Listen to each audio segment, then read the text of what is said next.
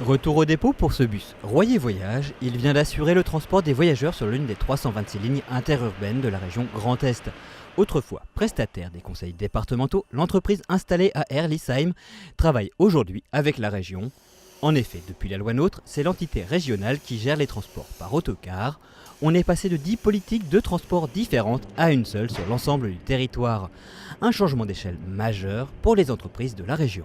L'objectif, c'est d'assurer la mobilité des habitants du Grand Est avec une même politique, avec des tarifs harmonisés, avec des horaires accessibles pour tout le monde. Très concrètement, on n'aura plus de frontières entre les départements.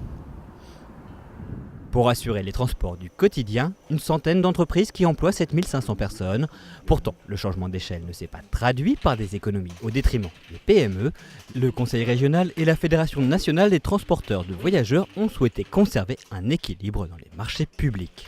Il faut que ces marchés restent accessibles aux PME, soient bien entendu accessibles aux grands groupes, parce que les PME peuvent aussi apprendre à se professionnaliser au contact des grands groupes. Autre défi pour les compagnies de transport, celui de la transition énergétique. Le transport par route doit assurer sa mutation vers l'électrique. Aujourd'hui, un autocar, je disais, c'est 200 000 € d'investissement. Un autocar électrique, c'est le double.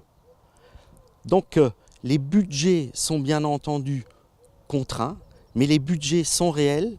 Et à nous aussi, en tant qu'acteurs du quotidien du transport, à travers nos échanges avec les équipes de la région, de progresser dans ce domaine, de nous inscrire réellement dans cette transition énergétique, mais de nous inscrire aussi dans cette transition économique qui est majeure. Dans la grande majorité, celui-là. Des transports plus propres, au plus proche des habitants et garantissant la pérennité des emplois locaux, autant d'enjeux d'avenir pour la politique de transport.